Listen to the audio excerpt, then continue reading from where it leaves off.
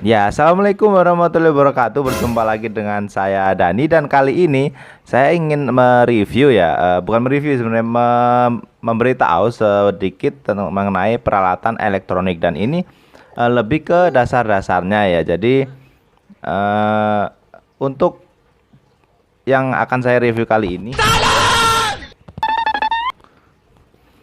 ini adalah lebih ke arah kapasitor. Jadi seperti apa fungsinya dan fungsinya dan cara kerjanya ya pada umum. Jadi, langsung saja kita ke pembahasannya.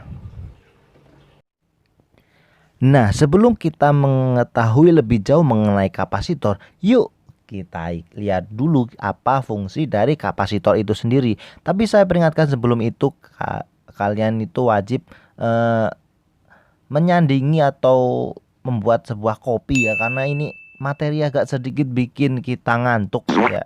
Semoga saja kalian mudah memahaminya ya. Harapan saya seperti itu. Jadi yang pertama itu kita bahas secara fungsi dari kapasitor itu sendiri. Yang pertama itu kapasitor itu ini fungsi utamanya yaitu dia bisa menyimpan sebuah arus atau tegangan listrik. Jadi memang sifatnya itu seperti itu. Lalu apa bedanya dengan baterai? Kalau baterai itu menyimpan arus atau tegangan listrik itu bersifat tidak sementara atau bisa menyuplai atau menghidupkan sesuatu gitu ya, seperti lampu misal. Kalau ini enggak, ini hanya bersifat sementara menyimpan arusnya. Jadi dia bisa menyimpan arus lalu bisa membuangnya secara cepat seperti itu ya, kurang lebih ya. Memang sifat kapasitor seperti itu. Lalu yang kedua itu sebagai konduktor yang bisa melewatkan suatu arus AC. Ini harus tahu arus alternating current atau AC ini sebuah arus yang ada di rumah kita ya. Ini arus PLN. Jadi arus PLN ini kan sifatnya arus bolak-balik ya, atau arus yang memiliki pasah, sama satu lagi itu netral. Satu lagi juga ada lagi itu adalah ground. Itu arus PLN ya, seperti itu. Nah, ini bisa sebagai konduktor atau perantara ya, hanya numpang lewat lah istilahnya, seperti itu ya, numpang lewat gitu kan. Ini bisa gitu dilewati sama arus AC. Lalu yang berikutnya itu sebagai isolator atau penghalang. Isolator itu adalah sebuah penghalang ya, penghalang yang menghambat sebuah arus DC atau arus bukan bolak-balik ya, ini arus yang mempunyai kutub atau polaritas, yaitu satunya positif, satunya negatif gitu ya, atau plus minus gitu, seperti itu. Jadi kenapa bisa berfungsi sebagai isolator? Sebagai contoh, misal ada sebuah kapasitor atau elko ya, kebanyakan ini kan filter atau sebuah fungsi ini nih biasanya terdapat pada elko atau kapasitor elektrolyte gitu ya, itu singkatannya seperti itu. Jadi kalau misal salah satu kutubnya di kakinya, misal kaki yang ada tanda minus, itu kita kasih arus minus, itu nggak akan bisa melewati keluar ke kaki satunya, itu masih kondisi minus seperti itu, yaitu nggak akan tersalurkan gitu ya, seperti itu ya. Dia nggak akan bisa lewat, dia akan keblok dari si fungsi kapasitor itu sendiri, kurang lebih seperti itu. Kalau dari arus AC dia bisa numpang lewat, kalau ini istilahnya ada premannya, ini nggak bisa lewat gitu ya, kalau itu arusnya itu arus DC seperti itu. Lalu yang berikutnya itu sebagai filter suatu rangkaian power supply. Nah, kalau filter di sini ini lebih ke biasanya sih di adaptor ya, rangkaian adaptor yang mengubah sebuah arus AC, arus PLN, lalu dirubah menjadi arus DC atau arus yang punya kutub plus minus seperti itu. Fungsi filter di sini adalah karena arus yang biasanya dari arus AC itu biasanya sifatnya itu tidak stabil atau tegangannya itu naik turun seperti itulah ya. Tegangannya itu enggak stabil.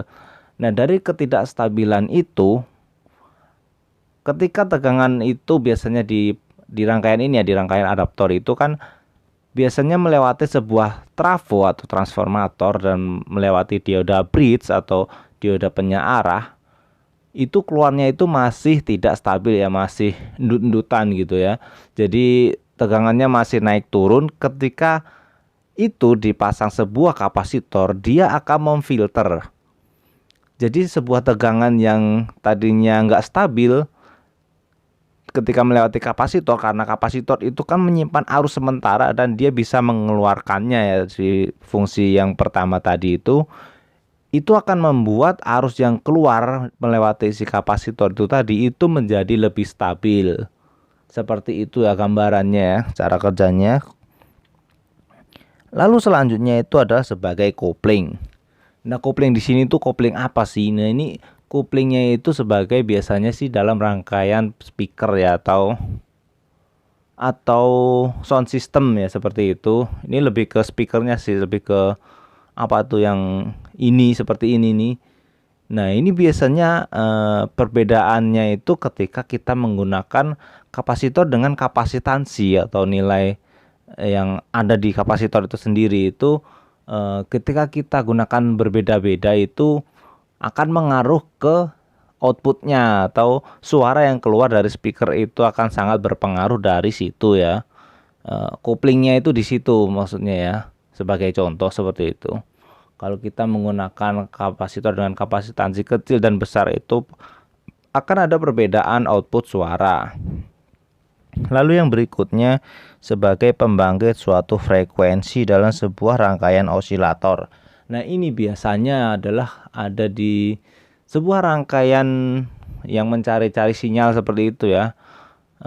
Osilator itu adalah kayak semacam lilitan seperti itu ya.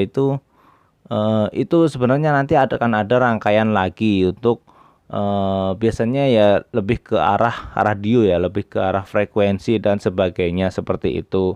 Nah, kalau yang ini sebagai pembangkitnya seolah-olah seperti itu ya. Ini berdasarkan yang saya searching di Google ya, beberapa fungsinya dari kapasitor. Lalu yang berikutnya itu sebagai penggeser fasa. Penggeser fasa di sini adalah kapasitor ini mampu membuat sebuah fasa itu melaju lebih cepat ya, seperti gambarannya seperti ini ya. Ini ada fasa normal ya, normalnya itu kayak gini, tapi ketika kita gunakan sebuah kapasitor dia akan advance lebih cepat di depannya, kurang lebih seperti itu ya. Gambarannya seperti ini ya, gambaran singkatnya ya. Lalu yang berikutnya itu sebagai pemilih gelombang frekuensi. Nah, ini biasanya lebih ke kapasitor variabel. Kalau kalian nggak tahu apa itu kapasitor variabel, kalau kalian pernah punya radio, ya, atau di mobil kalian itu, kalau kalian milih-milih ganti-ganti channel, itu adalah sebuah kapasitor variabel, yaitu fungsinya ada di situ. Jadi dia itu bisa memilih gelombang dari suatu frekuensi, tapi masih butuh teman ya. Temennya itu ya sebuah rangkaian spool antena sama osilator dan macam-macamnya lagi sih pastinya ya. Namun basicnya seperti itu. Lalu kemudian dilanjutkan dengan macam-macam kapasitor itu sendiri ya. Yang pertama itu kapasitor elektrolit atau elko. Nah, kapasitor elko ini berbahan dasar dari elektrolit. Ini elektrolit itu komponen pembuatnya ya ini. Jadi semua kapasitor itu dinamakan sesuai dengan bahan yang dibuat ya, atau bahan dasar pembuatannya. Kalau ini elektrolit dan dia itu mempunyai sifat polaritas atau ada kutub, ada positif, ada negatif seperti itu. Alias tidak boleh dibolak-balik ya. Nilainya juga, ini nilainya dari kapasitor yang ini elko ini biasanya tercantum adalah nilai aktual.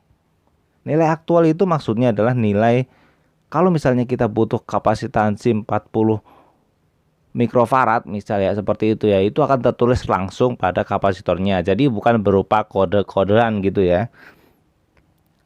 Nah, di sini ada nilai safety-nya. Kalau kalian salah menggunakan atau salah dalam instalasinya, misal positif sama negatifnya itu ternyata ketuker, itu berpotensi bisa meledak ya jika itu tertukar atau melebihi dari tegangan yang mampu dia lewati atau kapasitas tegangannya dia ya. Ini sifat dari kapasitor elko tuh seperti itu. Untuk bentuknya itu seperti ini biasanya kapasitornya. Dia ada tegangannya maksimal ya, atau kemampuannya itu di angka ini, contohnya itu 16 volt. Dan untuk kapasitansinya itu 1000, ini apa ya, nih saya nggak begitu terlihat ya, mohon maaf, tapi intinya itu satunya adalah kapasitas tegangan, satunya adalah kapasitas dari kapasitansinya dia. Dilanjut lagi dengan kapasitor keramik. Seperti yang kita ketahui, kapasitor keramik itu sudah pasti terbuat dari keramik. Lalu polaritas atau kutubnya itu dia nggak punya polaritas atau bisa kalian pasang bolak-balik.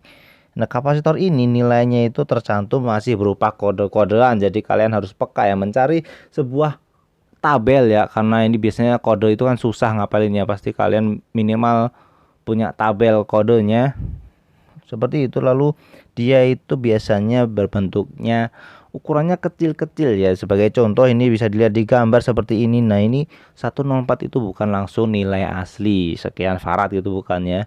Itu masih ada kode atau cara membacanya ya, seperti itu ya. Biasanya sih ada pengali dari nilai belakangnya itu, misal 10 sama 4 itu, 4-nya itu 04 kali, seperti itu ya, kurang lebih seperti itu. Kalian bisa cari aja, itu mudah kok ternyata. Ini mudah membacanya. Bisa juga contohnya bentuknya seperti ini, kapasitor keramik seperti ini, yang biru-biru ini. Dilanjutkan dengan kapasitor Mylar Atau polyester. terbuat dari bahan polyester ya, karena ya sesuai nama lah ya. Untuk polaritas dia juga nggak punya polaritas, kalian bisa bolak-balik. Nilainya juga berupa masih kode-kodean, dan catatannya dia Biasanya berbentuk kotak. nah bentuknya seperti ini ya, atau juga bisa seperti ini. Sering juga kita jumpai di beberapa rangkaian elektronika. Dilanjut dengan ini masih ada satu lagi contohnya, ini kotak. Kadang kotak seperti ini juga ya, kotak kuning-kuning ini. Dilanjut kapasitor kertas. Ini jarang sekali kita temui ya. Udah jarang dipakai pada rangkaian elektronik juga. Namun perlu di-sharing juga ya sebagai bahan pengetahuan. Ini terbuat dari kertas isolatornya, dan dia juga nggak punya kutub alias bisa bolak-balik. Lalu nilainya masih berupa kode ya, ini biasanya sih kode warnanya, dan ini jarang dipakai pada rangkaian elektronik. Seperti yang saya bilang tadi, bentuknya bisa seperti ini sebagai salah satu contoh ya, karena sekarang itu ada beberapa bentuk lagi yang ternyata juga sama-sama kapasitor kertas gitu ya, atau bisa seperti ini. Dilanjut lagi dengan kapasitor tantalum. Apa itu tantalum? Sebenarnya kapasitor tantalum itu bahannya sama ya, dia dari elektrolit, cuman kakinya yang lebih spesial tuh, kakinya dia istimewa. Kakinya di sini tuh berbahan tantalum hanya pada kutub positifnya saja, dan polaritasnya itu karena terbuat dari elektrolit, ini tentu saja sifatnya sama kayak elko ya, ada kutub positif dan negatifnya. Nah, nilainya itu biasanya tercantum berupa nilai, ini saya lupa menyantumkan ya. Jadi nilainya itu kurang lebih ini ya, tertulis di sini.